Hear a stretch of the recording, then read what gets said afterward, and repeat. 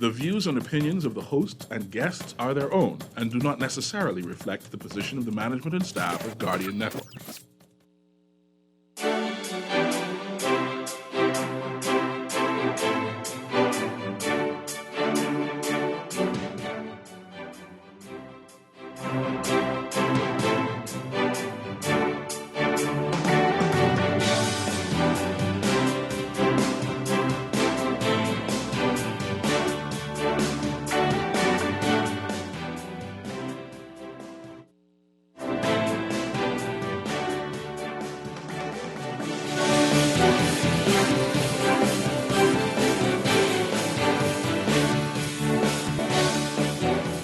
Good afternoon, ladies and gentlemen, and welcome to the Political Review. My name is Quincy Parker. It is my delight and pleasure to host our usual Sunday afternoon chat about national politics today. Welcome to the Political Review. We are today diving into the race for the chairmanship of one of the two legacy parties in our national politics, the Free National Movement. The party had served as government from 2012. The snap election called by former Prime Minister Dr. Hubert Minnis would have resulted in a change in government. As we are, of course, all aware, it's a new day with the Brave Davis administration, and the Free National Movement has made some leadership. And in the next month, there will be some more, as the party will have party officer elections at the coming convention towards the end of February. And we here at the Political Review are excited to be able to have conversations with those individuals who are running for the office of chairman of the Free National Movement. And today we have our old, I guess, acquaintance. I've known him for a while. Yeah. And so we go back to my early days as a cub reporter at the Tribune newspaper. Welcome to the Political Review, Mr. Michael Folks. Good afternoon. Good afternoon, Mr. Quincy Parker. Thank you very much for having me on your show today. And I thank your listeners who are tuning in. Happy to be with you today. And let me also say, I know it's late. It's late in the first month, almost finished, but I wish you and all your listeners all the best in 2022. And while I'm speaking, let me just say one thing. I beg your pardon. I think you may have said in government from 2012, but that's 2017. I apologize. 2017. Yes. Lord have mercy. Yeah, I think 2012 were the other people. Yes. All right. So, Mr. Folks, the people are scrutinizing everything in this day and age.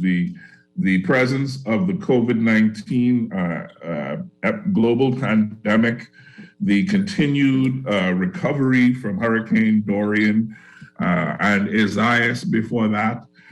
In the southern Bahamas, it's still there's still people recovering from Michael and Joaquin. Grand Bahama got they've had an incredible time. So the agenda of the party, a political party, particularly the national agenda of a political party, is something that people are incredibly aware of and very interested in. And the choices that party leadership makes are going to be examined and scrutinized and judged and weighed on all sides by pretty much everybody in the community and everybody in the society. Yeah. But the truth is that party politics is a members game. Right, we have people the wider community who are not members of political parties, but who support political parties, have some influence. They have the influence of the public arena, but in terms of actual direction of the party, it's all about the members.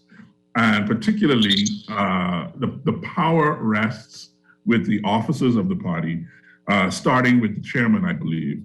I know, the leader has a particular role to play. And so I spoke with Michael about the leadership. And I wanted to ask you 10 questions that I think will allow us to really examine how you feel about the role of the chairman of the political party.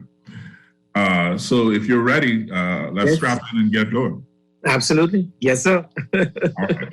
Yes, sir. Well, the first question is, and let me preface this by pointing out to you that one of our sort of the tagline of the show is "No lotion and no long talk."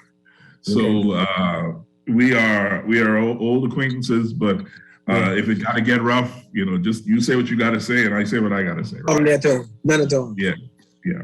So 40,000 plus FNMs stayed home on September 16th of last year when the general election was held. The argument could very easily be made that had those people been motivated to vote, we would have a different situation in the House of Assembly at present. So my question to you is, as the chairman of the party, the Free National Movement, how would you get that 40,000 plus FNMs who stayed home? How will you get them back? Okay, so you make a very good point. First of all, let me say that we know a number of persons did not vote. We cannot say specifically and precisely that all of them were indeed FNM. We know that some of them, in fact, were FNM. Whether the entire 40,000 was FNM, we cannot say that specifically. I will say is that the leader, Michael Pintard, has indicated that the party will make an examination and a review, an assessment as to why we lost the election. And why we lost speaks to what you just raised. The general view, anecdotally, that a lot of FNMs or some FNMs, what number we do not know, did not come to the poll.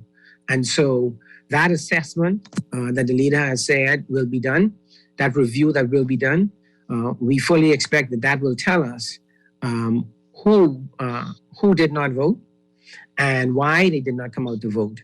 But there's no question there are large numbers, as you indicate, thousands who did not vote on election day.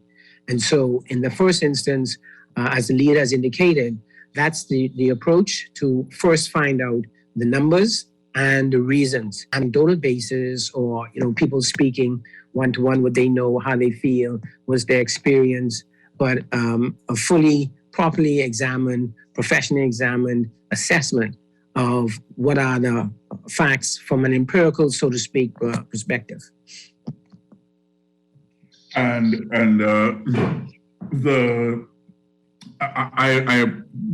me make it a question rather than a statement then. I was going to say that I noticed you're sort of shying away from giving a personal assessment. So I guess my question is this is a supplemental question to number one, Sure. Which is that the path forward? Are we looking at a data-driven decision-making process going forward as opposed to anecdotal evidence? Let me say this. That's a very good question. Thank you, Quincy. The leader has indicated the way the organization will proceed on the matter. But let me say too, I think we do have a tool that's available to us in our toolbox as a party and as individual associations and former candidates. working together on a constituency-based level as well, because in the way that we conduct our elections in the party, and I suspect in the other party as well, we have a mechanism where we can determine to some extent, perhaps not 100%, perhaps not perfectly, but a fairly decent sample perhaps of persons who did not vote because of what we do on election day in each poll.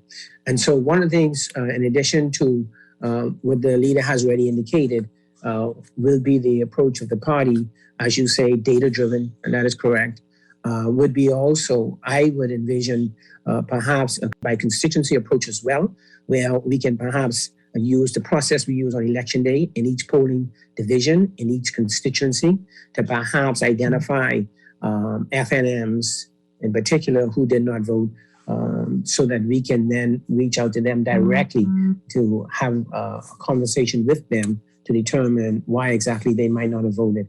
And so there's two ways to do this, one on a national level, and in fact, one on a constituency-based level. And with regard to the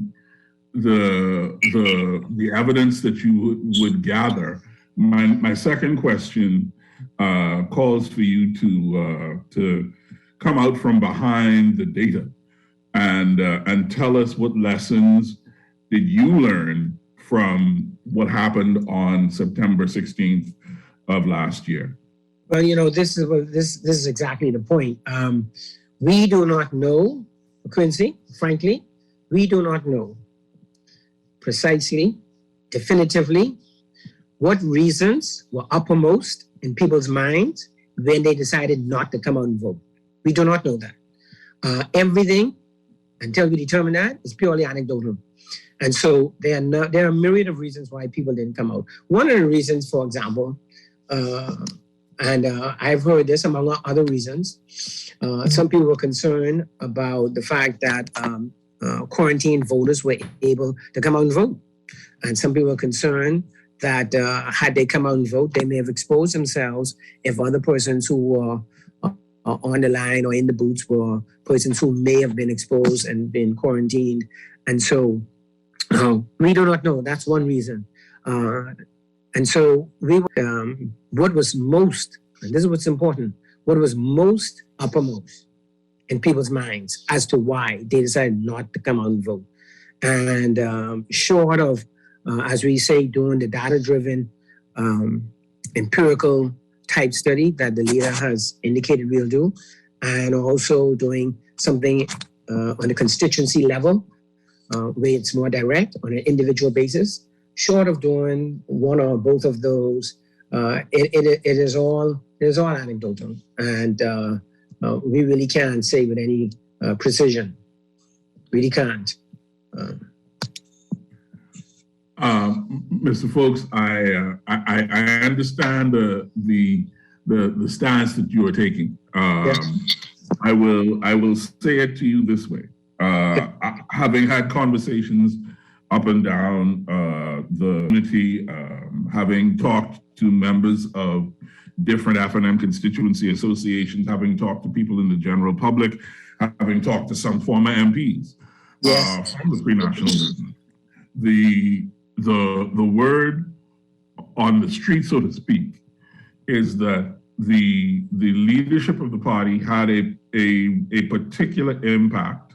The way Dr. Minnis chose to go into the election in the first place, and a sense of disconnection between the party leaders, particularly the parliamentary caucus, and the electorate, would have played a significant role in people choosing to not vote for the FNM. Are you saying that your own conversations and research? Well, what I am saying is that, and you said exactly what I just said. There are a myriad of reasons.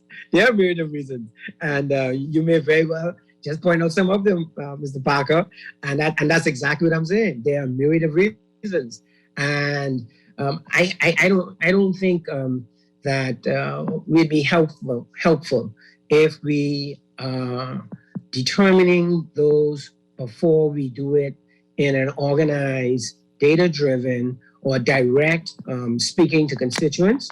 I don't think we do ourselves a good service, but I agree. As I said, there are many reasons, and a lot of reasons have been mentioned by a lot of different people. There's no question, and there are a lot of reasons that have been mentioned. As I said earlier, there's a lot of anecdotal conversation and about why it is that specifically why people did not come to the polls. And we're talking about specifically F&Ms not coming to the polls in particular, because of course, we know from the numbers, from the results, that was one of our biggest challenge in the election and not being victorious because F&Ms did not come out to vote. There's no question about that. So the hard question then is, given that one of the most important things that you do after these sorts of things is to assess what happened. The question has to be, has that assessment not yet been done? No, it has not been done. And again, Mr. Parker, because the important thing is, what do we do? What does the organization do? Having done the assessment, data-driven and otherwise, what are the steps so that we don't put ourselves in the same place in the future? Because at the end of the day, it's really about what we're doing going forward. What are we doing about winning in 2026? F&Ms are interested in doing the things that need to be done to win in 2026.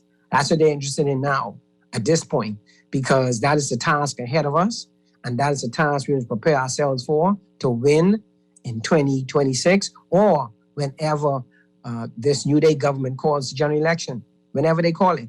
It is for us to be ready.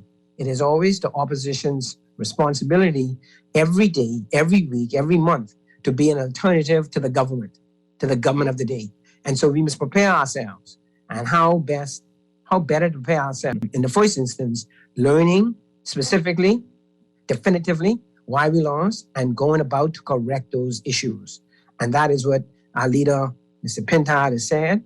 And that's what he said we're going to do. And I fully support that.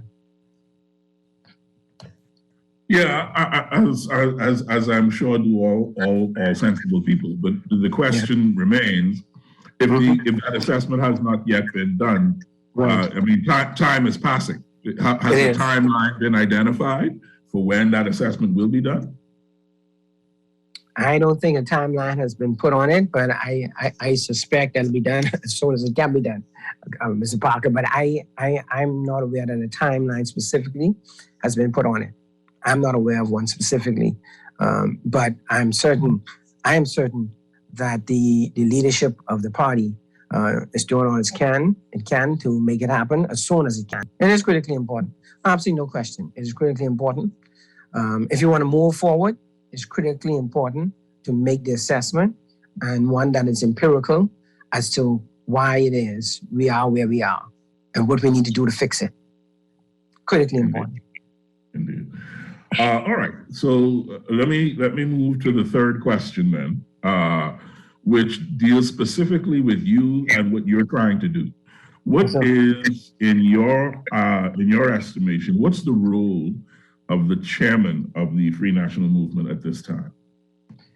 Well, let me say this. Thank you again. It's a very critical question.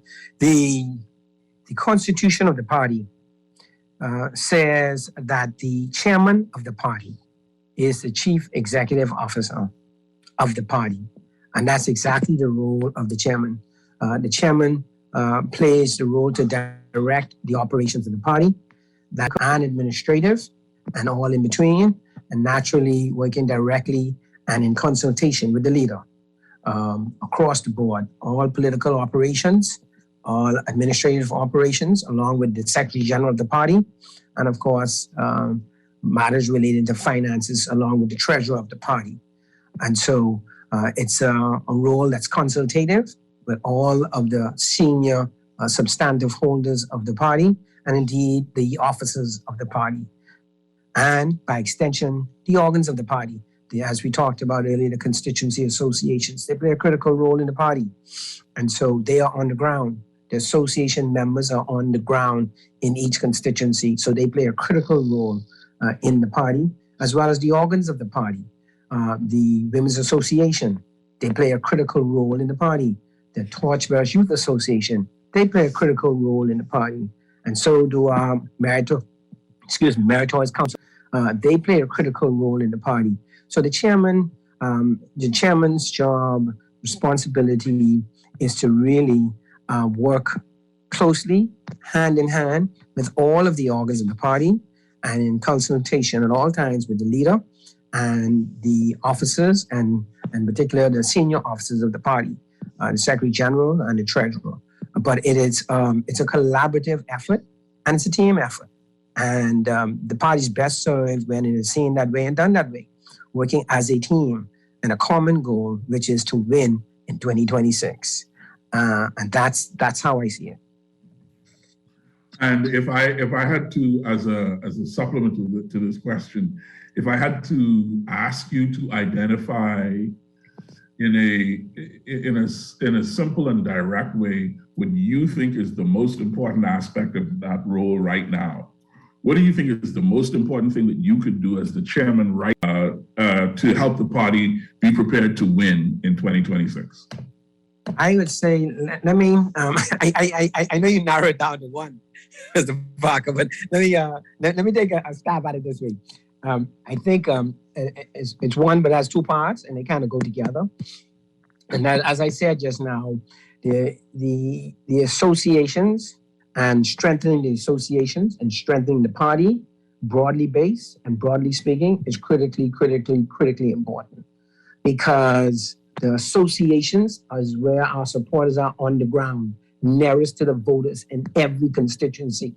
They know the voters. They know the voters' concerns. They know what it is that the voters believe we ought to be doing, or we ought to be doing better, or, as we said before, some of the things we may not have done or did not do.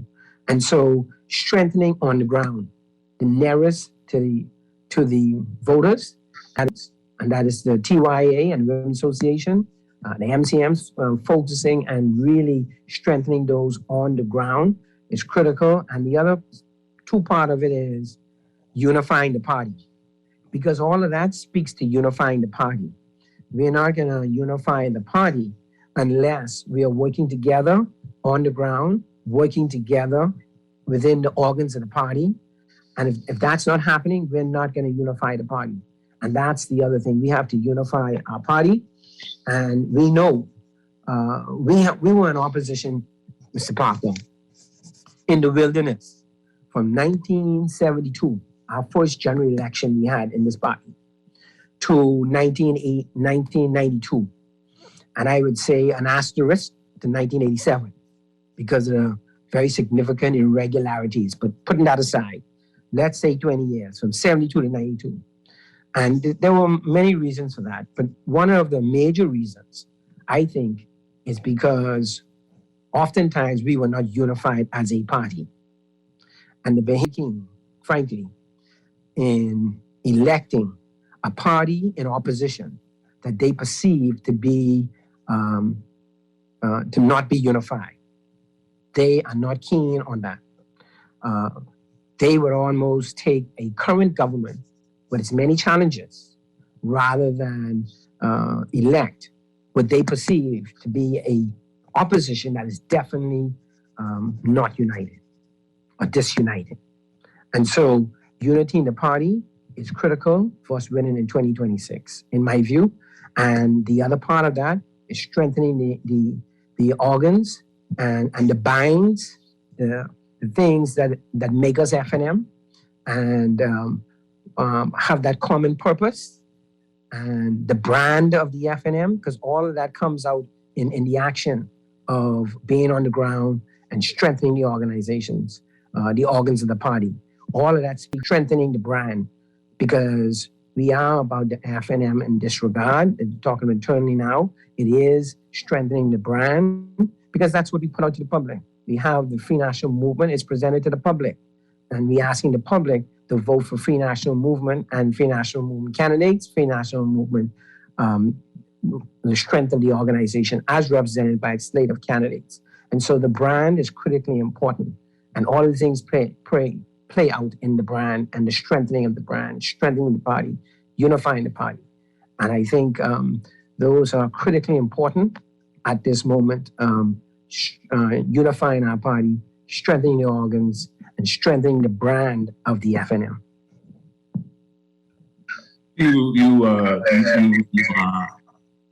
You must be looking at my list, because the next question on my list is this: does the Well, there you have it.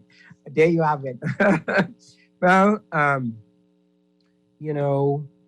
the Free National Movement as a brand itself, and our party symbol, the torch, and the idea of keeping the fire burning, that's strong. The red is strong. That is a strong brand. Does more need to be done now to further strengthen it and see how we can better strengthen it in this current period? Absolutely, no question. One of the things, for example, and this is one of the things, again, this is one of the anecdotal things, right, that we talked about earlier, that's been mentioned, is that we didn't have the strong presence in social media as we could have or should have in the last election. One of the branding exercises or things that we need to do very affirmatively and very intentionally and with a determination to get it done is to ensure that we are stronger in our presence in social media and present in a more timely fashion. And all of that strengthens the brand.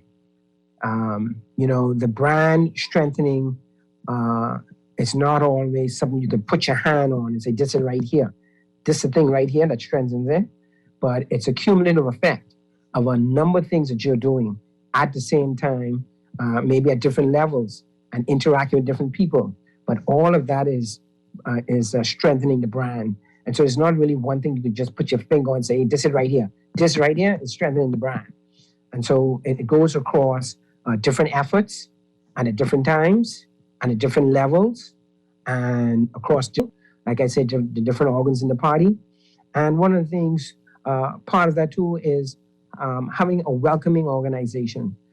Make sure people are welcome, make people feel welcome, make sure people are involved. People feel that there is an opportunity to be involved if they so desire. And so all of this strengthens the brand. Our young people need to be more involved, and that will strengthen the brand with that demographic. Because as you know, elections are also very demographical as well.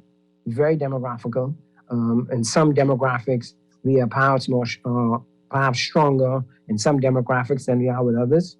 And it might be based on election to election, or it might be a general trend. But all of these things relate to strengthening the brand on the whole in its entirety. And so it's a broad-based approach in terms of strengthening the brand, but all of it is on the table for action, review, and action, and getting it done for 2026. All of it, because that is the task ahead of us. In all of these respects, get this party ready, get our party ready for 2026 to win, be the party that the Bahamian people feel speaks to where they are and responsive to the concerns that they have in 2026. So let's drill down on this a little bit, Mr. Phillips. What is, in your view, what is the brand of the FNM right now? The brand of the FNM has always been about the betterment of the Bahamian people. Always has been.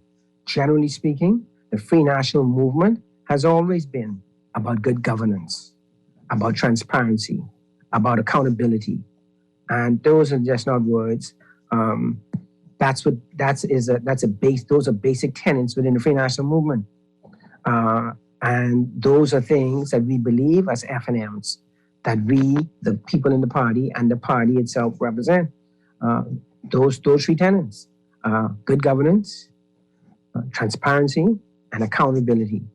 And that is something that is a base, those are base parts of our brand and everything we do. Expand those are our founding principles of this party, and those have not changed. The way we go about branding them might change from time to time, because as you know, this year, Mr. Parker, we are actually celebrating our 50th anniversary. This is the 50th anniversary of the Free National Movement. We are celebrating it right now. And so the branding of the main tenets and principles of founding principles of the party may be done differently during different times over the past 50 years. And we have to speak to where we are at the moment in terms of what is it that's important to the people in terms of how we brand those issues. But that's where we are. So I agree with you that the task is to look forward to whenever the next general election is. But the initial questions, Right. which in my view call for us to understand and to accurately be able to really describe what happened, so that we do not, what is it they say, that history is the past is prologue. Yes, Those who don't understand history are doomed to repeat it. This brand that you've identified, which these are words that I've heard associated with the FNM throughout my life: good governance, accountability, transparency. The argument, I think, an argument could be made that the Minnis administration did not live up to that brand of good governance, accountability, and transparency. A lot of decisions made that were not explained, or not explained well or adequately. There were some choices made for which there was no apparent accountability.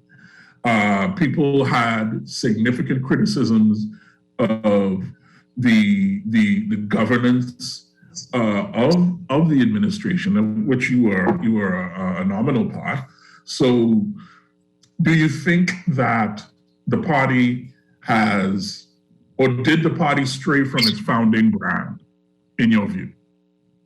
What I would say is that, Mr. Parker, the party in government, and this has been said over and repeatedly has been said, it's been admitted that the party in government did not always get everything right. Did not always do all the things it needed to have done or should have done. There is no question about that. But there are a lot of things the party got right too. The governing party, the FNM in government, there are things it got right too. And so, again, this is part of that examination.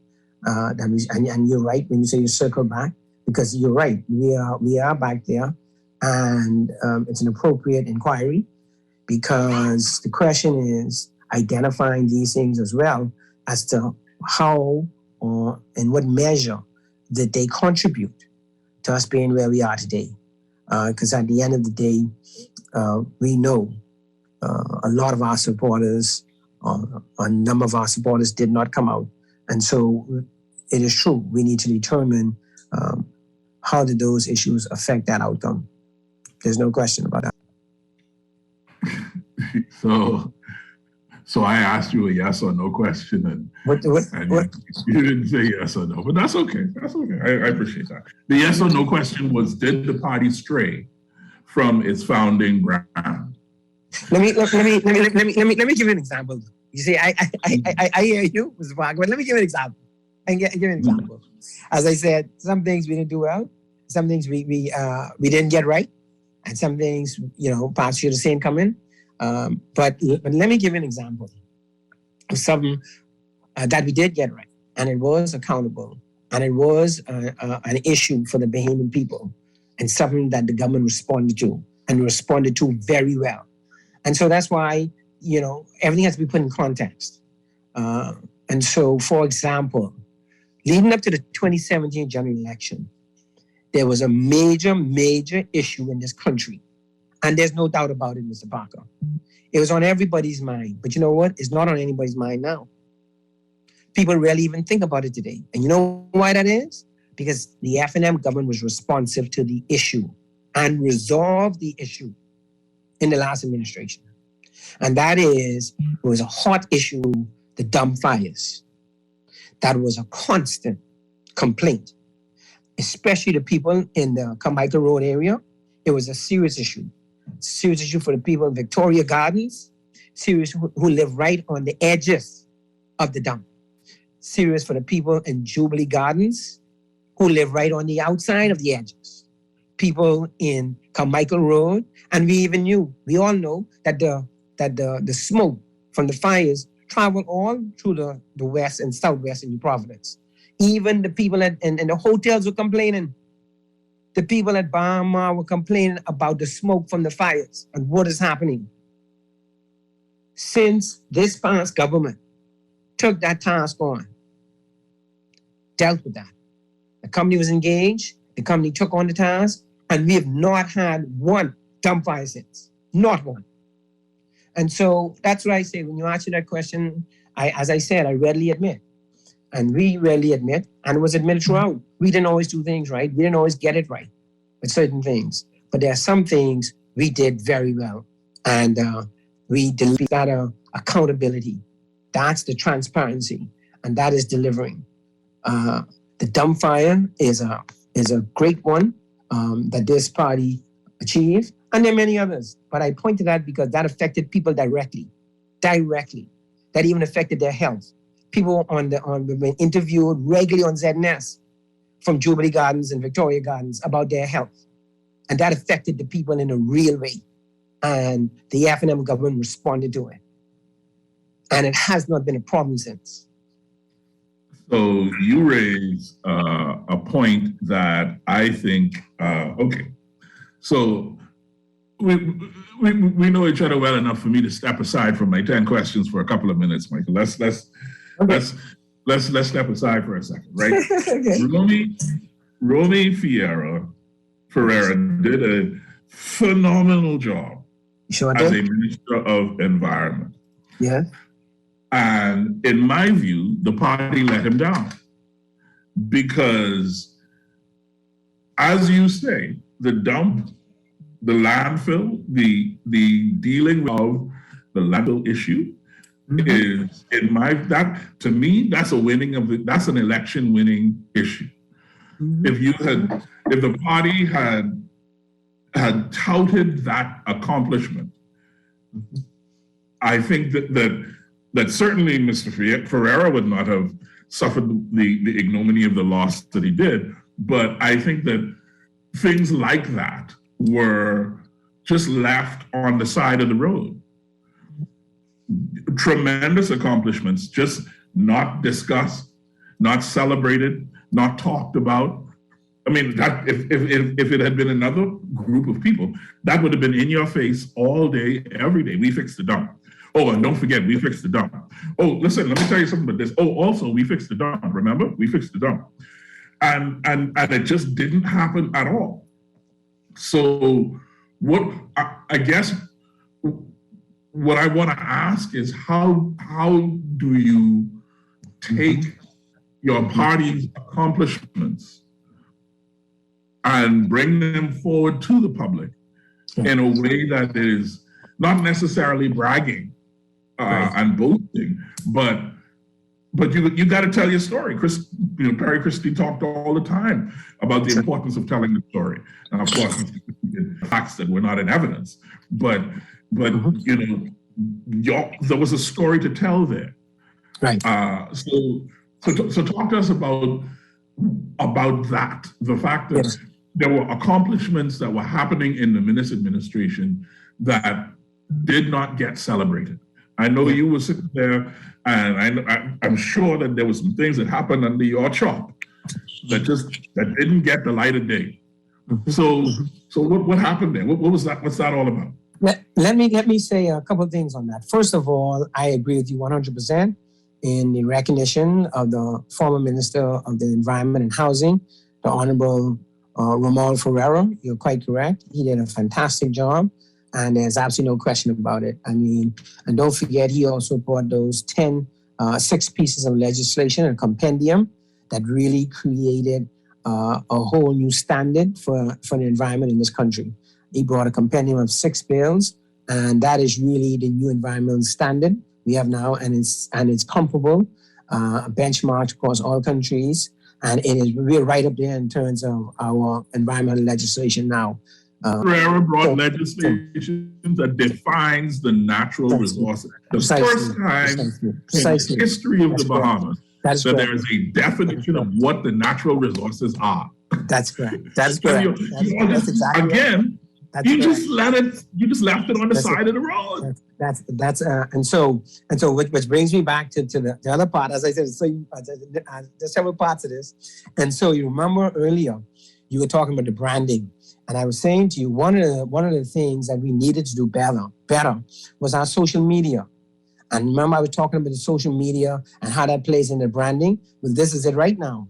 This is where when you achieve something, you did something good, and we didn't get it out on social media. We didn't press it in social media because all of that enhances the brand. But it has to get out. The message has to get out. It's no good doing it and the message doesn't get out. I agree with you 100%. I have no comments with that. Absolutely none. And that is the job administration, to get it, so whatever it's gotten done, to get it out and get it out to the public. And like you say, remind them often about it. Because sometimes people have short memories. And so sometimes you have to remind them from time to time, or remind them often, as the case may be.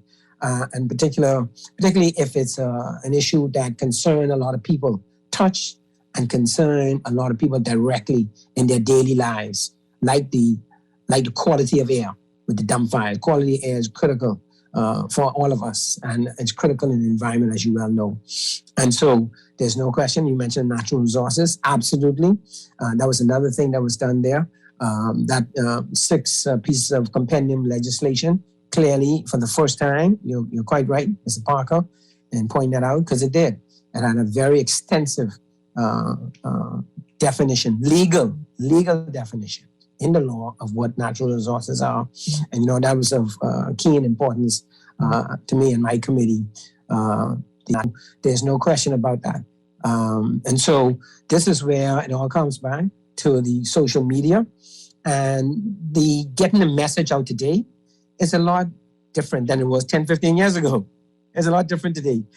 There's absolutely no question about that. So if you're not active getting your message out on social media, and the way you get it out on social media is also important, because there are different ways to do it on social media as well. The content and the form of the content, as we well know, because, this idea of a press statement and press release, that's not something that's really responded to. It's almost become something of the past, unless you're doing other things other than just putting out a statement.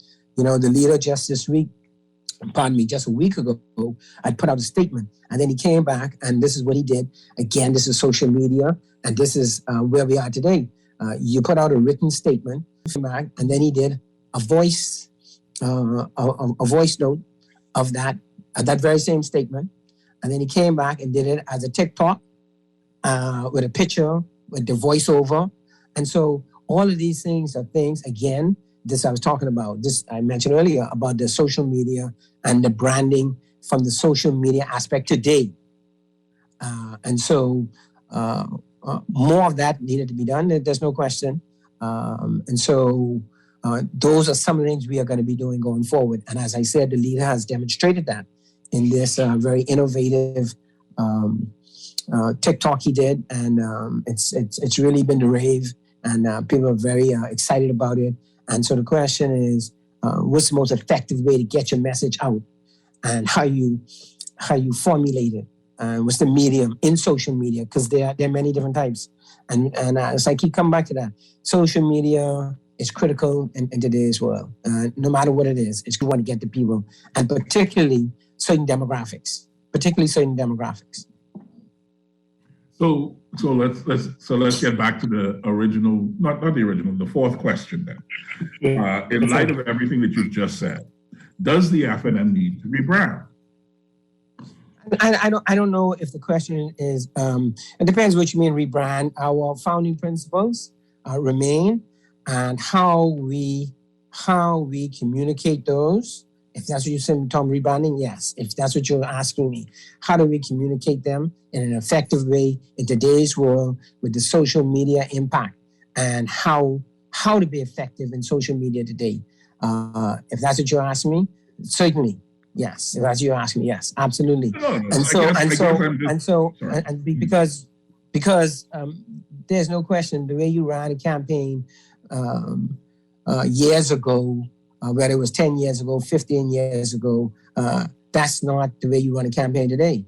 And for those who are really keeping up with all of the innovation, innovation and the technology available, they're clearly at an advantage.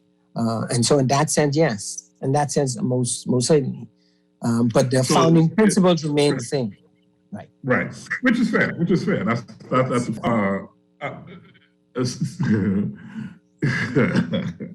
so you would agree then with the criticism. Let me not ask it that way. There was a criticism levied against the FNM, particularly in some of the more heavily contested constituencies, that the FNM was not running a modern campaign, that the FNM ran an out of touch, out of date campaign. As someone with no dog in either race, I would have to say that I would agree with that. The campaign did not take advantage of any of the modern tools available for a political campaign. You, as a candidate, had to have some level of frustration with the way the campaign was run. And Nigel Lewis is a dentist and yada yada. So I mean, it's not a personal attack on him or anybody else, but the campaign was out of touch. So how do you fix that in terms of trying to get your public messaging back into in the first place some kind of a modern arrangement that people can appreciate? Yeah, let me just say first that Mr. Parker, in 2017, when the FNM won the government, it is interesting, in my view, that the campaign ran in 2017 was more cutting edge and was more aggressive in social media. And part of what, and this happens. And so the other party haven't lost and saw what we did in 2017. They took a page out of our book from 2017, and if I should say so, they did what we did on steroids. I mean, and their effectiveness in their messaging and that sort of thing in the election last year was really enhancing in a lot of ways what we did in 2017. And so this is part constantly of reengineering, constantly and looking at how you do better. And, a loss tends to help you do that very quickly and very effectively and very efficiently. A loss will do that to you. And that's what happened to them. They had to go back and look and say, well, hold on. What did they do that caused it to be so successful? Now, what they did was they saw what we did. And what they did was they took that same page and they took it further. And they were effective with that. They were. And so now we have to examine how do we better, not only for the campaign, but from now on. And as I told you, as I said a moment ago, I think what the leader did just a week ago was groundbreaking, and getting on TikTok. And these are the sorts of things we have to do. It's how you package your message so it is best received by people and as many people as possible. It's not the same medium that's going to reach everybody. And so it has to go on different mediums and different platforms. And that is exactly what we're doing under the leadership of Michael Pintar. That's exactly what we're doing. We will have a consultative process in the party, and people will be involved, and people will be able to come forward with their ideas, because we have a lot of brilliant people in our party, a lot, very smart people, brilliant people, with a lot of good ideas. Our young people have a tremendous amount of ideas. And that's why I said earlier, we're going to welcome everybody. We're going to involve everybody. We're going to tap everybody's ability to contribute and what they can bring, because that's how we can strengthen the party. And that's how I was saying earlier. That's how we strengthen the party. That's how we unify the party. That's how we brand the party. And this is how it all comes together. And the same point that you're making now and you're asking me about, this is exactly how it comes together. And it is absolutely critical to get the message out. Get the message out, get the vision out, get the message out, and that you can't say that enough. Can't.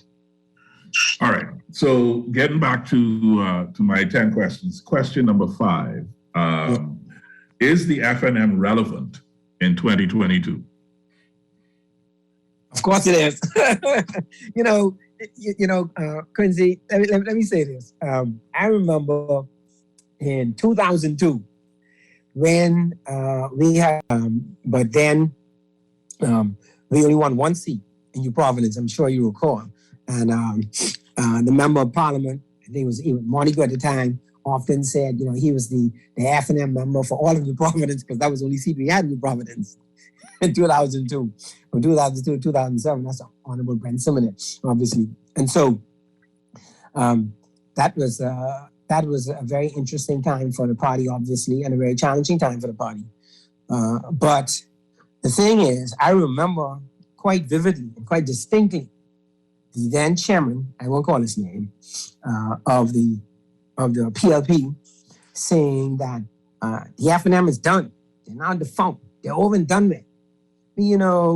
These types of things are always said after devastating loss. But as I said earlier, we're celebrating 50 years as a party. 50 years. So the F&M is not going anywhere. No, sir. The F&M is not going anywhere. And we're going to be doing the things that we've been talking about in this show thus far. And let's look at the history of it. After that devastating loss in 2002, what happened? We came back and we won in 2007. We won in 2007.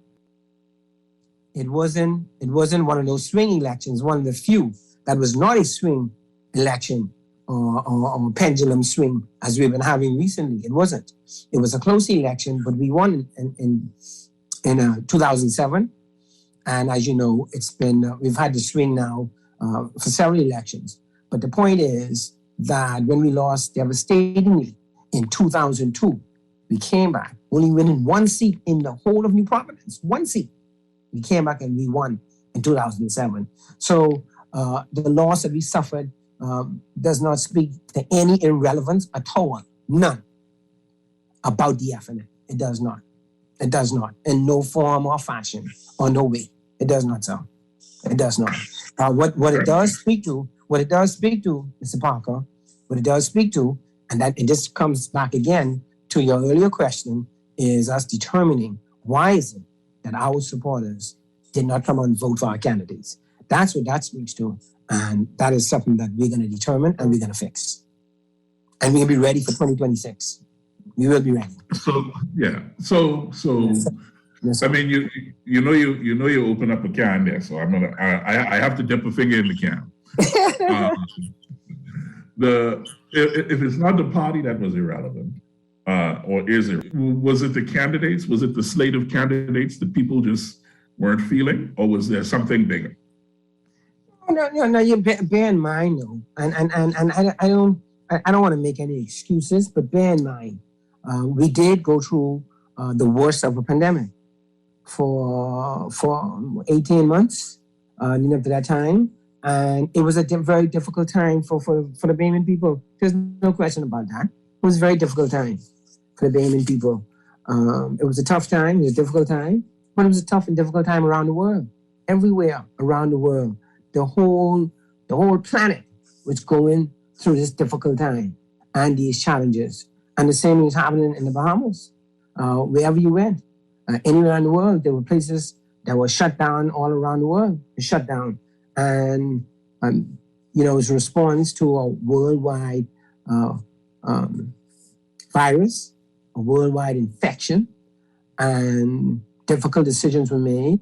And as a result of that, it caused people to have very difficult challenges. I mean, that's what happened. We went through a very difficult time. We went through a very difficult time, as the world did. The world around went through a very difficult time.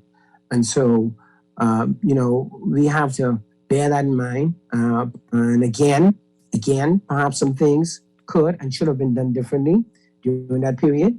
And again, this goes back again to the earlier question as to why the result was the way it was. And once this data-driven exercise is completed, we might find that was a major part of it too. How much of it was uppermost in people's minds in their decision not to come to the poll? Hopefully, we'll know all of that. Was it a response to the difficult times, not having a job, having to rely on the government to assist you when you never had to do that before, having difficulties, all the many challenges people face, real challenges people face during the worst of the pandemic for 18 months. It's a mighty long time. And so all of that, hopefully, we'll learn too, whether those are some of the issues people not to come out because they felt disaffected.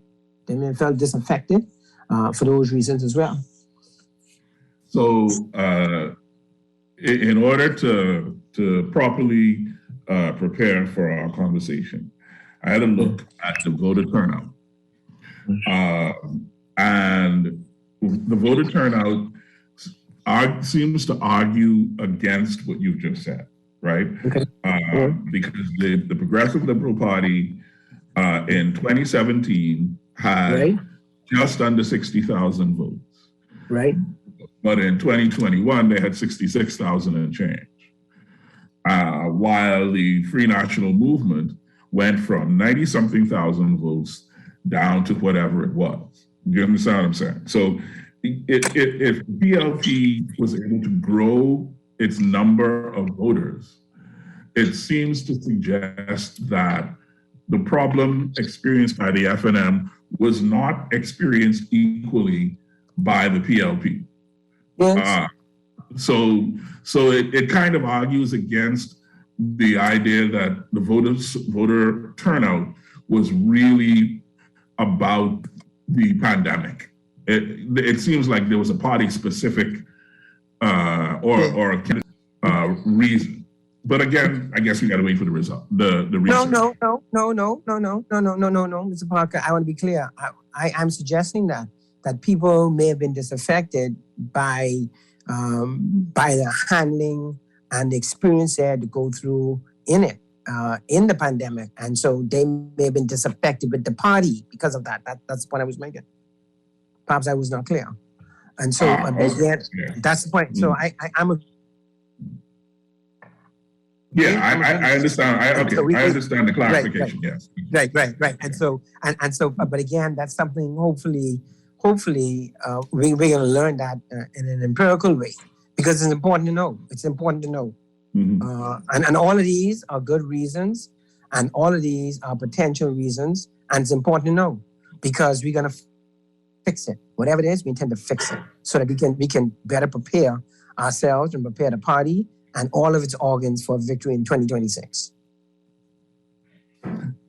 So, question number 6 is, and I think you would be, you've been around long enough to be well placed to ask, how will you as the chairman deal with the different factions within the FNM? Mr. Parker, as I said in the outset, and as I said when you asked me what is perhaps the most important, I tell you, as I said to you, the unity of the party.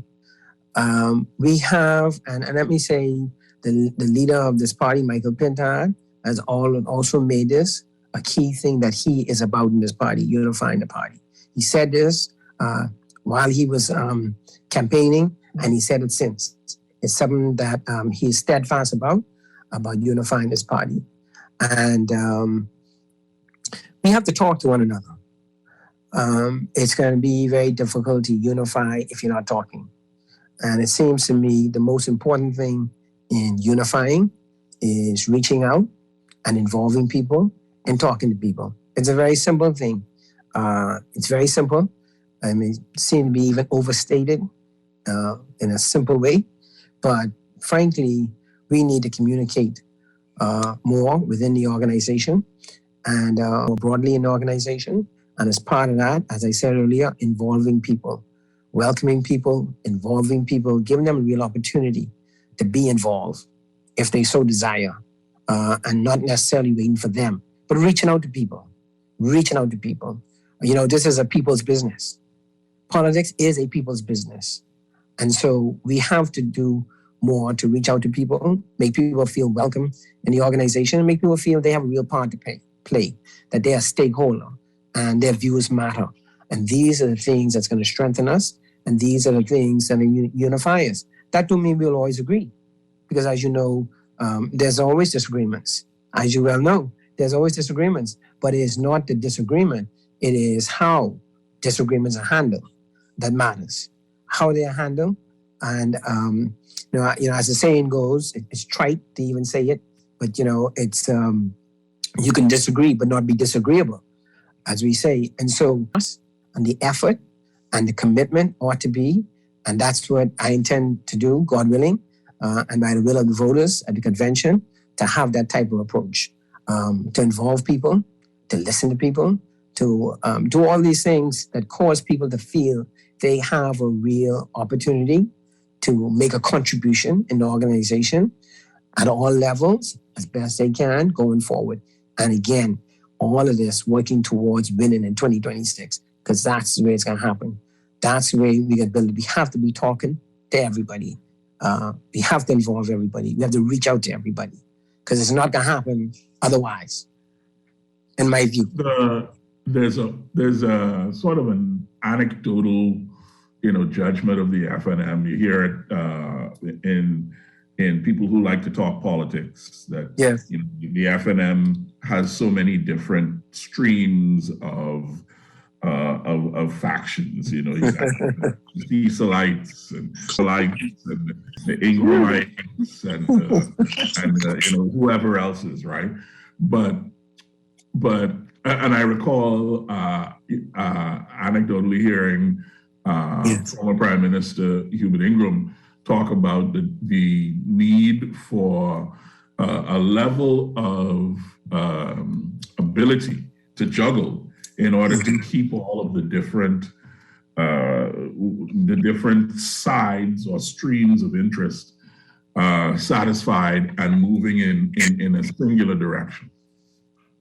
Compare that with Minnis, who, and again, this is reports that reach the outside, who cut away from the inside of the party a lot of the people who were associated with Ingram and Cecil Wallace and these other people, and replaced them with a cadre of people who were loyal just to him.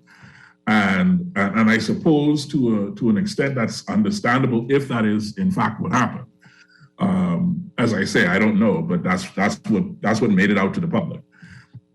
So it seems to me that as a job to do, to bring people back onto the same page and to say we are a unified group, but question number 7 is unity really? Is it possible in the FNM, and is it realistic in the FNM, given that the FNM is a party with so many different streams of interest? Let's deal. First of all, I want to every time I have the opportunity, I want to say that it's a lie to say that the FNM is the old UBP. The UBP had disbanded before the FNM was founded. That's correct. And some members of the UBP may have come to join the FNM, but that is correct. The UBP UEP did not exist when the FNM was founded. So this idea that the FNM is the old UEP is a lie. The FNM the FNM called itself the Free PLP. There's something in that name that suggests interest in freedom and independence, which means that the FNM is bound to have independent spirits. But how do you get them all to go in the same direction? And so the question, as I say, is unity really possible and realistic as a goal in the FNM? That is very well said and very well laid out. I must really commend you, Mr. Parker. I mean, that is very, very well laid out. I must commend you. And that is, you hit the nail on something that is said often, and it's not true. What you said is true. And that is the Free PLP, which came out of the Division 8, who stood in the House of Assembly in a no confidence motion against the then Prime Minister. That was the Division 8 that became the Free PLP. That had nothing to do with any other party. They then became, that grouping then, along with so many others, joined and became the Free National Movement. And you're quite right, there was never any such merger with any organization.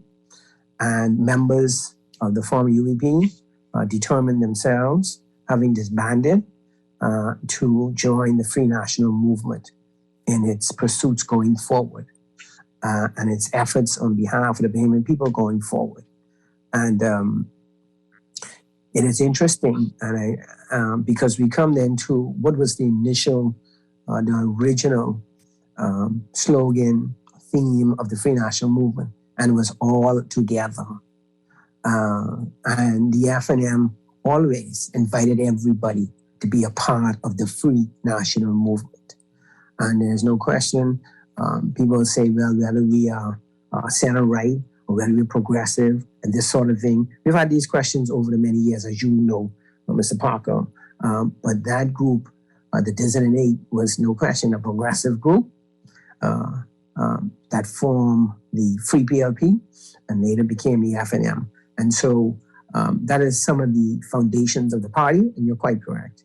And so we have always been a party that encourage strong views, different views, and because we encourage everybody to come and join and be welcome in the Free National Movement.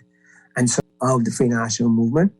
But many parties, not only in the Bahamas, but around the world, have these same types of characteristics where you have different groups with different philosophies, be it economic, be it political, even social, all under one umbrella, under one party, one political organization. That tends to be the nature of political organizations around the world, especially in Western democracies in particular. And so what the FNM has and what we are as an organization is really not uncommon. It's really not uncommon. And so it is something, as I said earlier on, one of the things that definitely did not help us was the need to unify the party from 72 into 87 with asterisks or 92, as I said earlier. And so that's something that's always ongoing in the party. And party as well. We've seen disunity played out in the other major party. Do not forget, we've had break-off parties that came out of that party. Not we have had, but they have had. They have had people who left their party after convention, left, senior people left, having not won, and start a whole new party. And so these things are not uncommon. And I think generally to have these types of groupings in Western-style democratic parties. And so we in the Bahamas, whether it's the other party or our party, and don't forget even going back even going back before 67, let's not forget, there was a group in the PLP prior to 67, major movers in the PLP who left and started a new party. Let's not forget. And so this is not uncommon.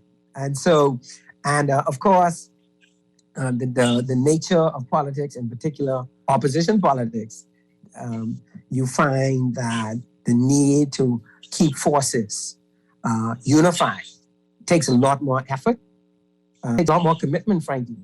And so there's no question that's just the nature of Western democracy style politics. Yes, but the question remains, okay, so you think that as the chairman, you will have the ability to bring all of these different factions together. How will you do so? Quincy, as I said, I spoke to this issue when I nominated a week ago.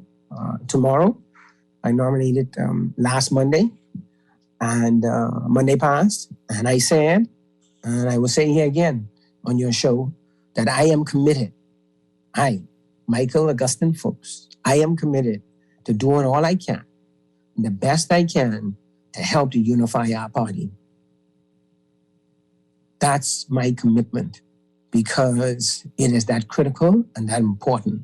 Because as I said, I think we learned a bitter lesson, but a lesson learned, I certainly hope and I think that's where we are, that if we don't, chances at the next election be as good as it would be otherwise.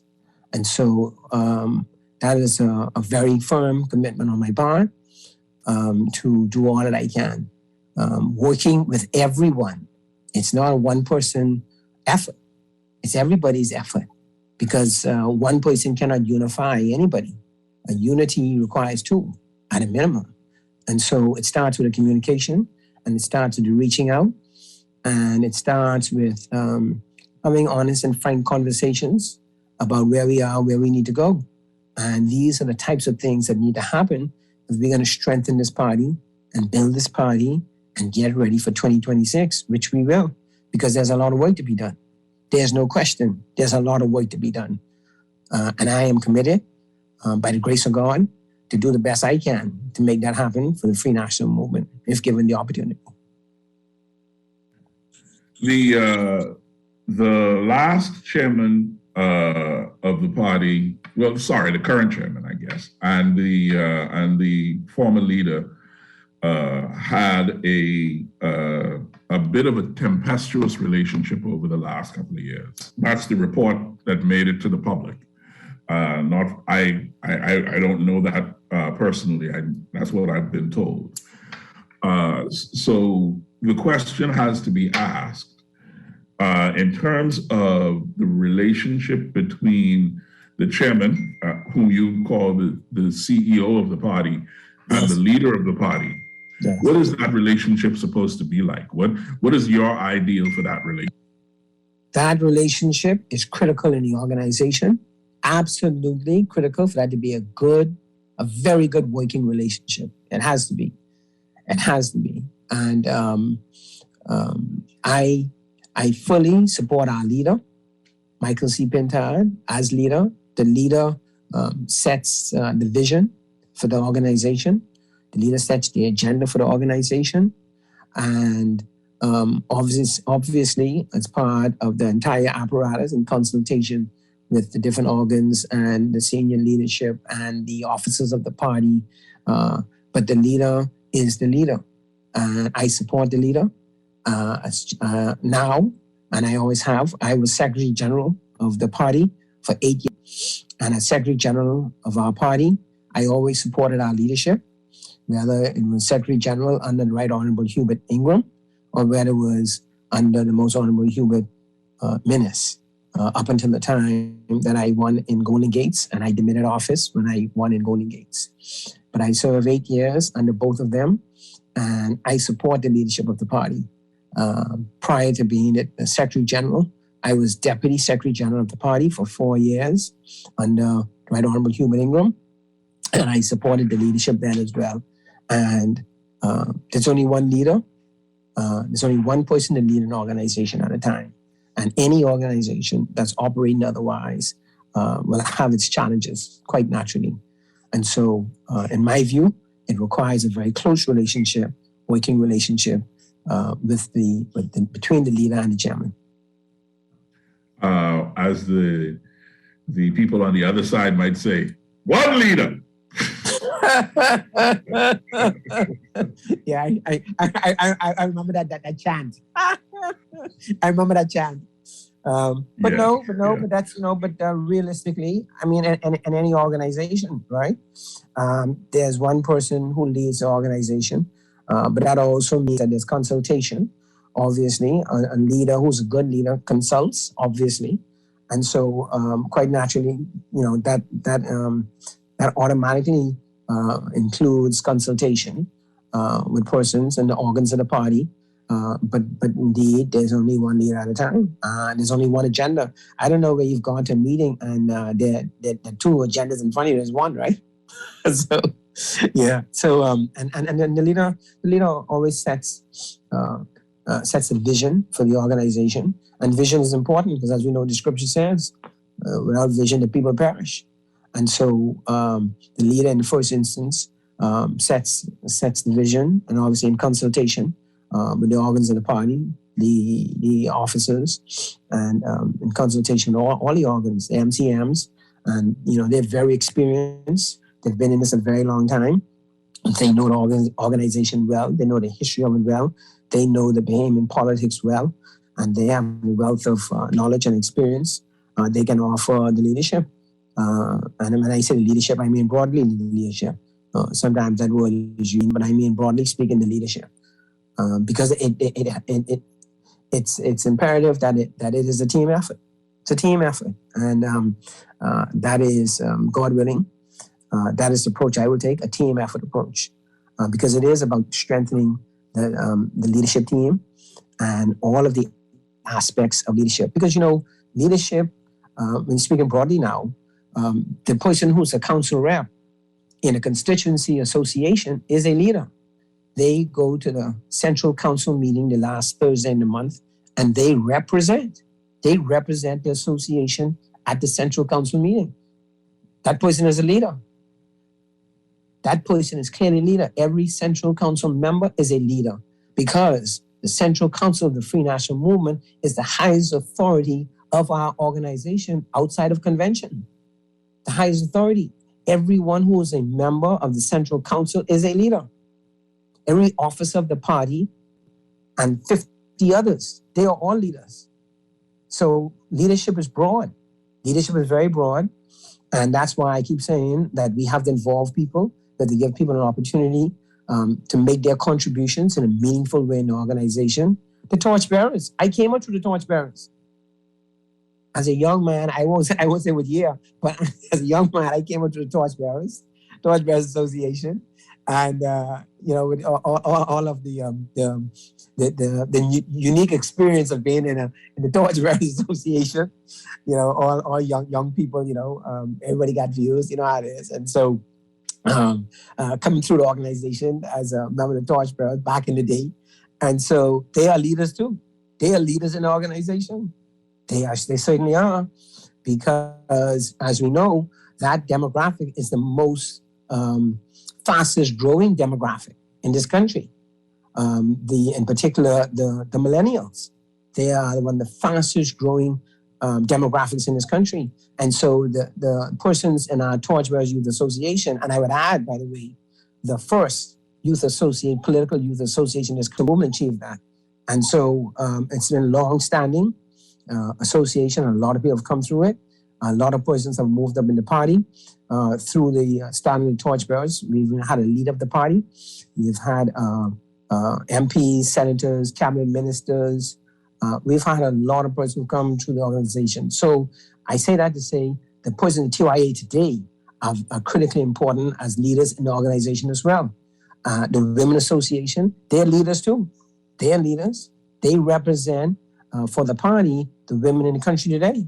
They speak to the issues that concern women in the country today, and they make sure those issues are well represented, and other issues too. They don't limit themselves to women issues because they speak to all issues, but certainly they make sure that issues that affect women, families, and broader issues, they're not limited in any way, but they are leaders too. And so all of these, and that's why I talk about the organs of the party, they're critically important, and we have to involve them all, and we have to involve them in a real way in terms of initiatives, in terms of policy formulation for the party, as broad-based as possible. And people need to feel that their views are welcome, and they're seriously considered whatever positions the party takes. They are critical organs of this party. I mean, let's not forget, the first woman elected in this country was the Honorable Dame Janet Bostwick, and she was elected as a Free National Movement member to Parliament in 1982. And so the Women's Association and the women issues that concern women and their advancement has always been the forefront in the Free National Movement, always has been in the forefront of the Free National Movement. There are many other posts where women have been first, and mainly through the Free National Movement.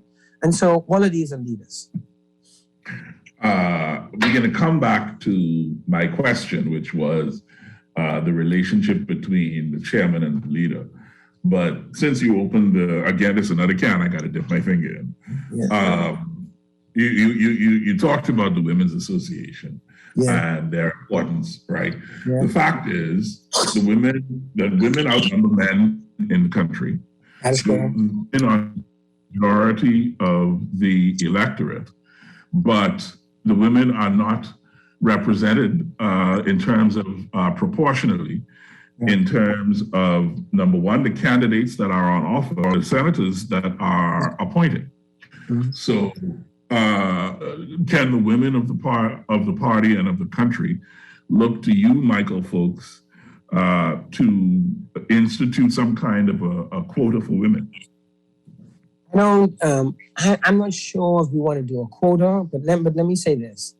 There's no question that we need to have more women involved in the party at all levels, and in particular when it comes to the selection of candidates, and that's another process that needs to be looked at, how we do that. But there's no question that we need to have more women as candidates in the party, because at the end of the day, you want to have them women given as many opportunities as possible to serve in Parliament. Serving in Senate, it's wonderful, it's good as well, but you want to give as many as possible opportunities to serve in Parliament. And obviously, beyond serving in Parliament, to become ministers, parliamentary secretary, deputy prime minister, which we've seen already in this country, and also become prime minister. We hope and we pray one day there will be a woman's prime minister. And I think all women, young girls, they ought to aspire to that post. That's not a post held to be held strictly for men. And so, as I said earlier, the Free National Movement was on the forefront of this in 1982 and causing the first woman to be elected to walk across the bar, as they say, in the House Assembly and take her seat in the House. And so there's no question, we as a political party, we need to do more to cause women to be in a position to be able to get nominations and to win seats. You underline the point that I'm making. I mean, since 1982, with Dame Janet, I would argue that who is particularly interested in this issue would have to say that not enough progress has been made. Even if the FNM, as you say, is the leader on this issue, you've not done enough. And I want to know. I'm putting the question specifically because I wonder I think the chairman has a role to play in that regard, but I want to ask, I'm asking you because you're in the chair now. What do you think the role of the chair? Let me rephrase. You're in the chair on my show. Yes, yes, yes, yes, Right. exactly. Yeah, So yeah. you don't have the position yet. But No, no, yeah, exactly. Yes. So what do you bring to the table in that regard? Yeah. Again, these issues also speak broadly about unity, because the women in the party also need to feel that they have an opportunity to move up in the party in all positions, and indeed, especially become a candidate, and to help prepare them as best the party can to contest a seat and to win a seat. And that's a broad range of issues, from funding, from there's this thing that was done the other day in terms of a candidate, for want of a better phrase, training process. When it's called a candidate institute or whatever it might be called, but some candidate training process, not only for women but for potential male candidates as well. But certainly encouraging women who are prepared and willing to serve throughout the organization, and especially offer themselves to be a standard bearer for the party in the general election. And so we need to be preparing our women as best we can, those who are as a party, assisting them and putting them in a position where they can be selected for a candidacy in the party. As I said, one thing might be this some sort of training institute, but not only limited to women, to all persons who want to offer for the party in the next general election. And then the issue of seat selection, the issue of funding. There are a lot of issues that surround getting women more involved at the highest level in the party, and while the party is in government. And certainly I would do all I can to make those things happen, because I think that's one of the things we have always stood for in the Free National Movement. We have always stood for that. And I think more can be done, and more should be done, and God willing, more will be done.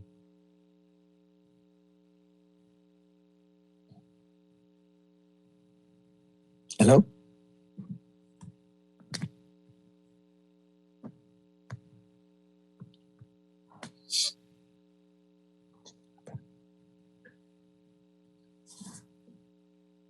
Hello? I just realized I was still muted. You said to come back to the relationship between the chairman and the leader. Right. If you have to characterize that relationship in a short few sentences, what's the ideal in your mind of the relationship between the leader specifically and the chairman? Constant communication and continuous consultation and the effort to work together. Okay. Constant communication and continuous consultation and effort to work together. Amen. All right. Mm-hmm. You did say you wanted brief. You did say you wanted brief, right? Oh, that's perfect. Yeah. That is perfect. That is perfect. Yes. Yeah. Mm-hmm. And of course, mutual respect is naturally a part of that, as required in any relationship. Any relationship requires mutual respect, and so quite naturally, that's a given. I didn't think I needed to say that, but I thought I'd mention it. No, I think it's a fair point. Yes. The next question is, what do FNMs really want? It's a bit of a broad question, but I think it also speaks to, the question of how well or how much thought you have given as a potential chairman to what party supporters want. Yeah. The first thing FNMs want is to win in 2026. That's the first thing they want. So what do they think we need to do to achieve that? And so that is clearly the thrust. I've been meeting with associations, Mr. Barker, for quite some time now in my campaign for a chairman. I've met with a lot of associations and spoken to a lot of the delegates from the November convention. And there's no question about it. FNMs are definitely of the view that we need to ensure that we do the things to win in 2026. And they are focused on winning in 26. They're focused on our ability to deliver, to get things done again for the Bahamian people. And the question is, what do they perceive needs to be done to achieve that? And in my speaking with them, I have found, Mr. Parker, that the unity is the reorganization of the associations are important. Some of the things I've been talking about on the show, the involvement in the organization at all levels as much as possible. And these are some of the overriding things. Of course, defending the party and its record, which I intend to do, defend the party and its record, its good record across all administrations. We mentioned one or two things today about some things the last administration did well, even though we understand, we appreciate, we acknowledge the things that we did not do well. No question about that. And then there are also things that were achieved during the three prior F&M administrations under Right Honorable Hubert Ingram. And a lot was done under those three administrations. And so I intend, God willing, to defend the good record of the Free National Movement. And also, they want to see that. And they want to see a strong opposition in the sense that keeping the government's feet to the fire. Because our party system is adversarial in nature. As we say, the opposition's job is to keep the government's feet to the fire, to call them to account. That's exactly what the opposition is supposed to do. And they definitely want to see that. They want to see an opposition that's taking the fight, so to speak, to the PLP and calling them out on things that they have not done, or they have not done well, or things they should have done, but they didn't do. And, there have been numerous issues so far since September 16th. There have been a lot of issues that have arisen since September 16th. A considerable amount of issues have regard to the short space of time. And, the leader, the former leader of the party on the day of the election, and our current leader, Michael Pentard, and all the senior leaders of the party have always said that we wish the government well. We wish them well. The Bahamian people do well, but we're not pleased with what we've seen in some areas thus far, and to say that is that's really putting it lightly. Let me put it that way. It's putting it lightly to say that we're not pleased. Frankly, it's been quite disappointing in some of the things we've seen from the government to date in this very short time, from mid-September to now. And so one of the things our people want us to see, want to see happen in the party, and the opposition working together, the members of parliament, the members of the Senate, the leadership of the party, all working in concert. This is the sort of thing I was talking about earlier, how we work together as a unit to achieve the objectives of the organization in opposition, and in opposition to the government. The opposition at all times should be an alternative to the government of the day, because the government of the day can fall any day. It could. And so the opposition ought to be. And so we intend, and I intend, God willing, to keep their feet to the fire and to take the fight to them and let them know. We all know the saying, the government will have its way, but the opposition will have its say. And we intend to have our say. We intend to have our say. And we intend to make sure that the role of the opposition in our system is well represented, because that's our system.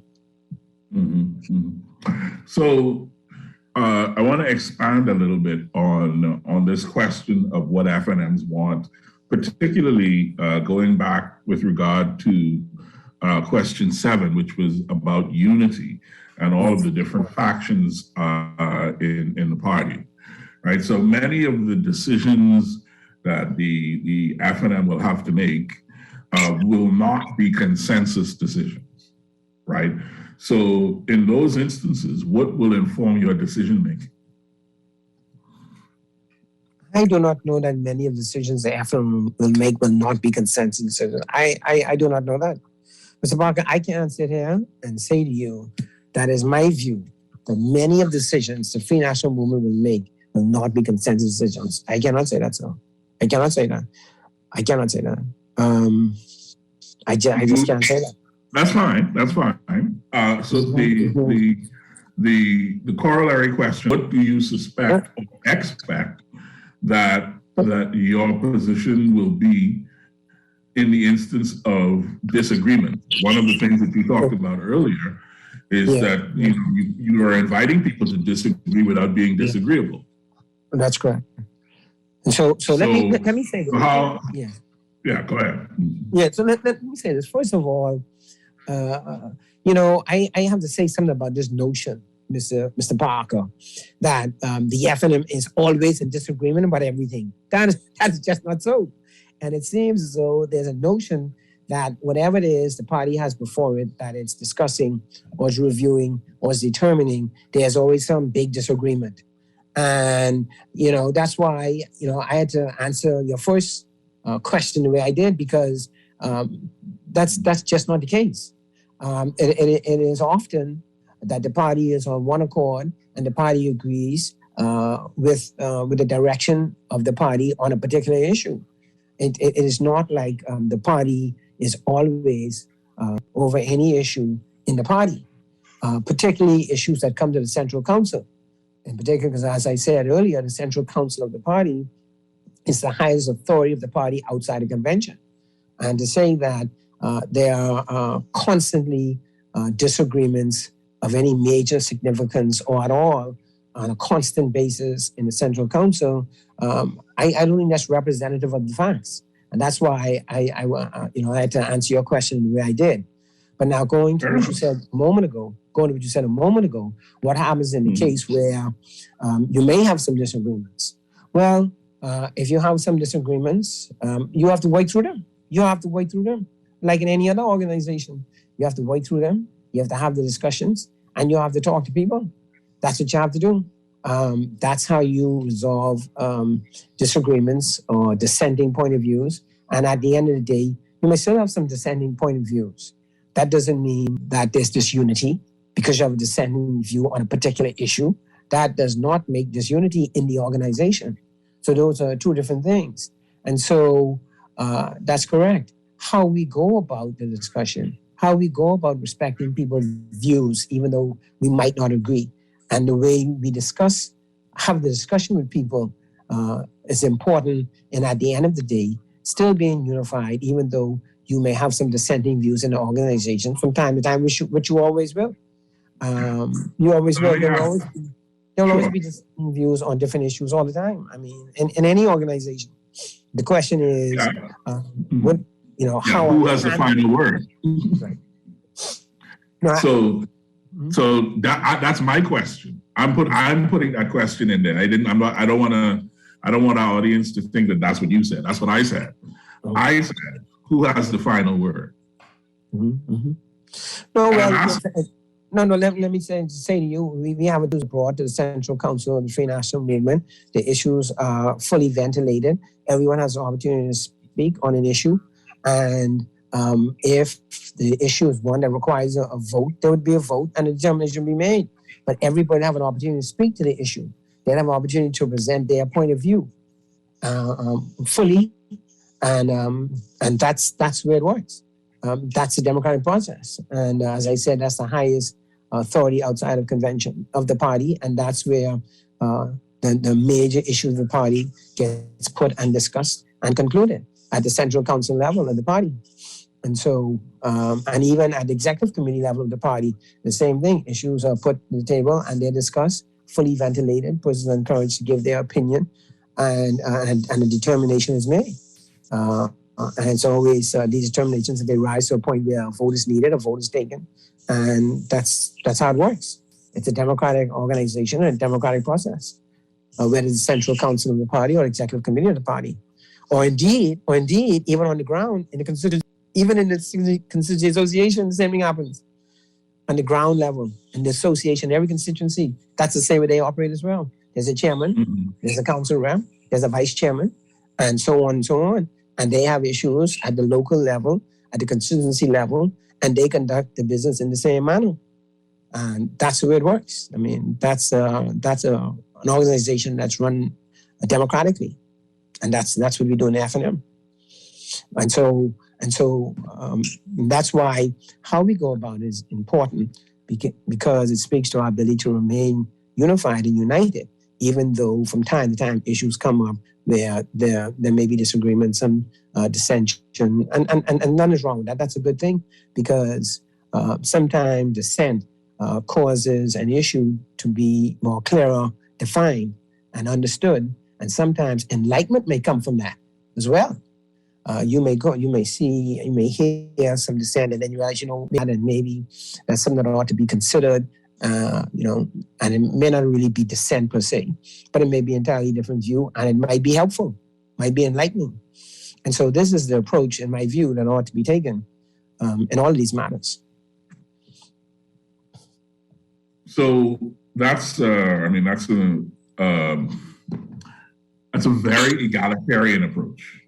But we know that sometimes politics gets a little personal, right? When the chairman and the leader want to go one way, and the rest of the I'm spitballing here just because I guess what I'm getting at is, who do you trust when it comes time to make a decision? If you're not settled on a path forward, who do you trust to really go forward? And I mean you personally, in terms of your role as a potential chairman. Where do you get your security from? Quincy, I've been in an organization for a long time, and I've served, as I said, as Secretary General for 8 years continuously. And in that period, I served under 5 different chairmen of this body, 5 different chairmen. And I've had the great fortune of working under the 5 chairmen and seeing how they operate in the position, up close and personal, as they say. And that is an advantage that I have, being in a position and serving the party as Secretary General for so many years at that time. And so it gives me, I think, a perspective, a wide spectrum of perspective on how things work, how things perhaps should work, and always to be flexible. Flexibility is important. There needs to be flexibility. And so I think that's what kind of undergirds me, because I've been in the organization for some time, and I've worked with all these, with the various chairmen.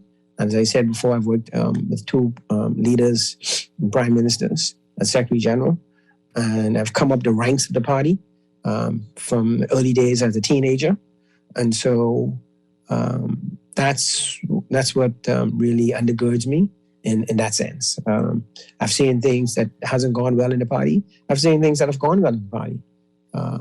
And so over the years. And so those, the experience, the knowledge, and the witness to the events in the party over the years, I would say those are the things that probably undergird me in terms of what you're talking about.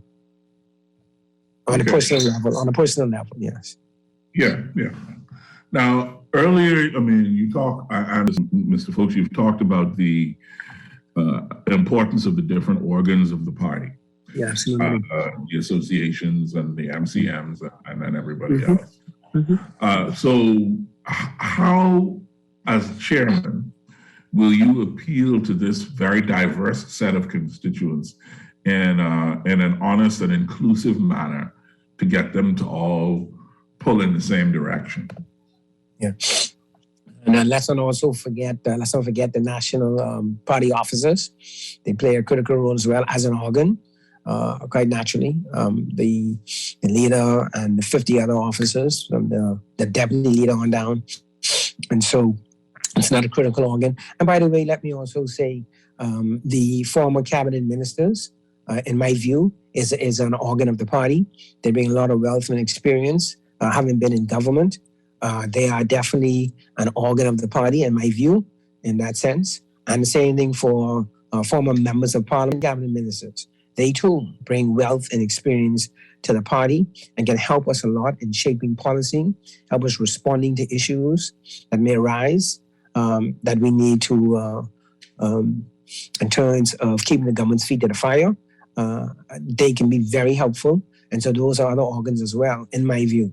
And so we have a number of different organs of the party that can all contribute in a meaningful way.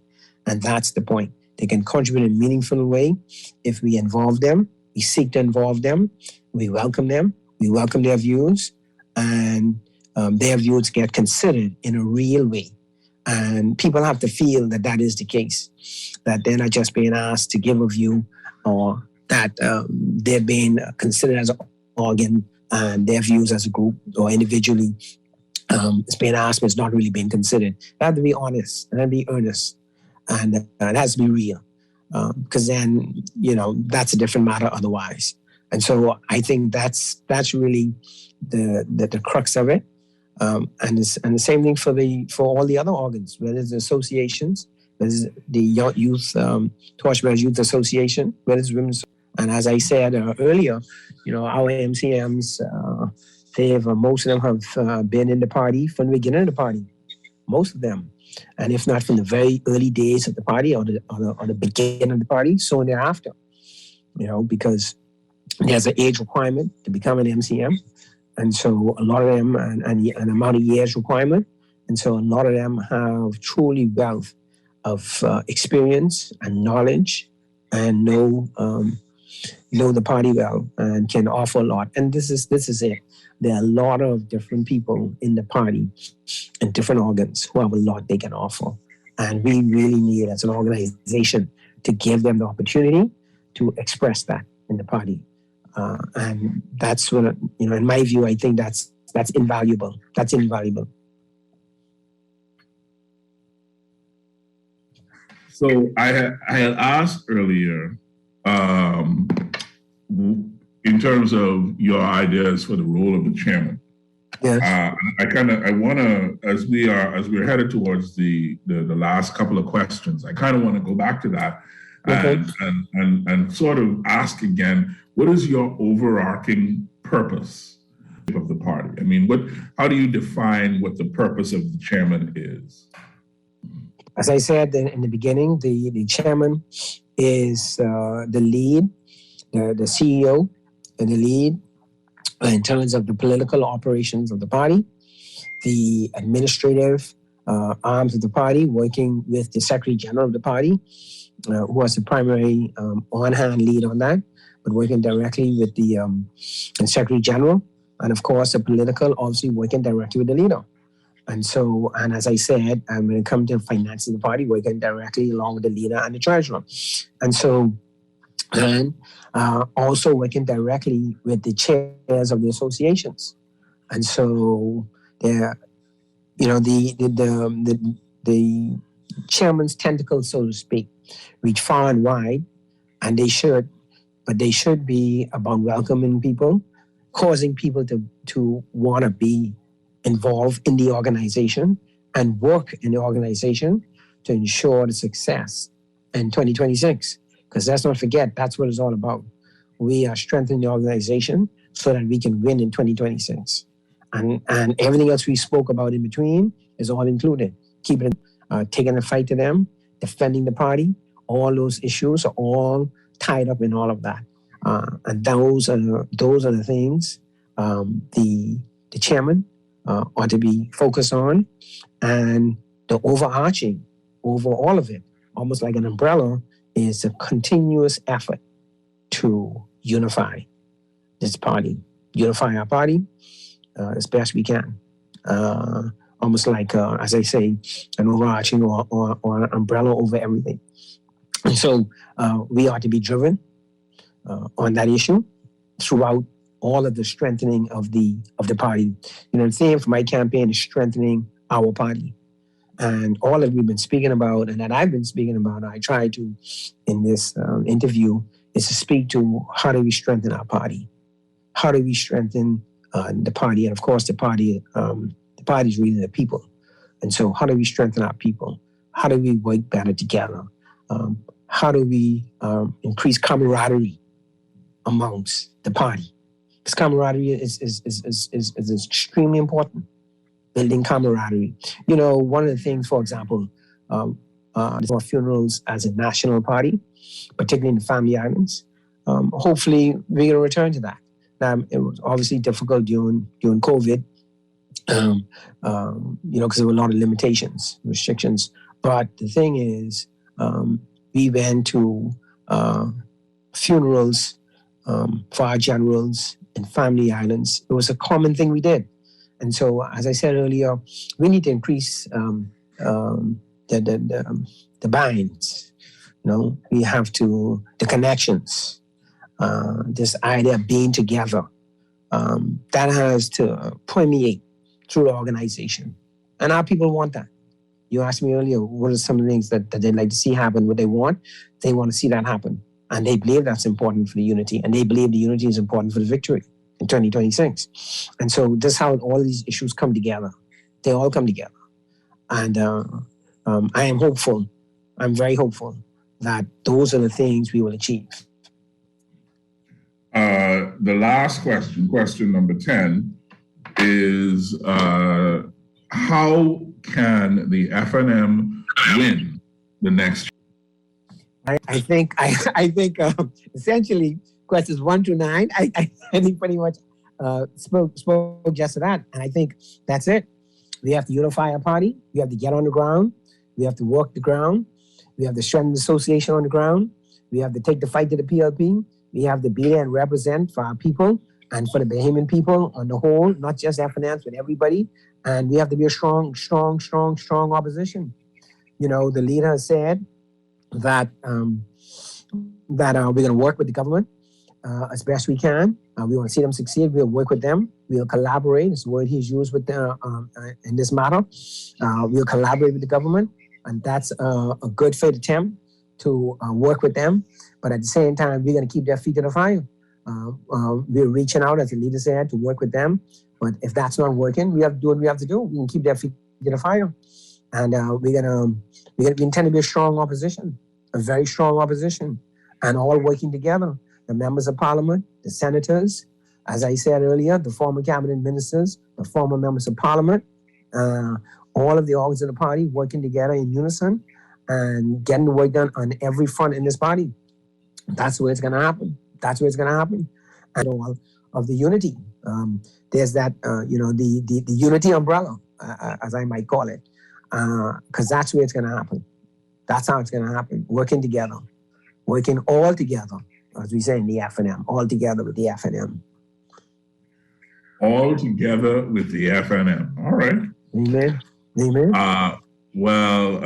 Michael Folks, former member of parliament, former deputy chairman, somebody who's, what did you say now? Former TYA member. The Postgraduate Association. Yeah. Somebody with plenty stripes in the FNM. Thank you for your time and for your candor and your willingness to answer some hard questions. I bid you good luck, as I have bid the other contestants good luck, and we'll all be watching. I give you, if you have any last words you want to say, this is a free platform for you. Okay. Well, I just want to say thank you very much. Thank you very much, Brother Parker. It's been a very good interview. I appreciate all the questions you've put. They're all very good questions, very probing, and it's given me an opportunity to respond to them and share some of my views with your listening audience. And I'm very grateful for that opportunity. And let me say again, we in the Free National Movement, we intend to work. We intend to unify. We intend to be together. We intend to keep the government's feet to the fire. As I said, there are a lot of issues already And we're going to be out front on issues. A lot of Bahamian people are hurting due to decisions of this current government. And in particular, we're concerned about issues of victimization against FNMs in different areas in the government and various ministries. And we intend to keep the government's feet to the fire. And we intend to represent our people, represent the Bahamian people. And we intend to do what's necessary to have this party ready and to win in 2026 under the leadership of Michael Bindad. Is the final word for today. We thank our guest, Mr. Michael Folks. We thank the producer, Mr. Kermit Taylor. And that's it for me, your host, K. Quincy Parker. I will see you all next week. Michael, again, good luck. God bless. Thank you. Thank you for joining us. Okay. All right, folks, enjoy your week. And that's going to do it for the political review this week.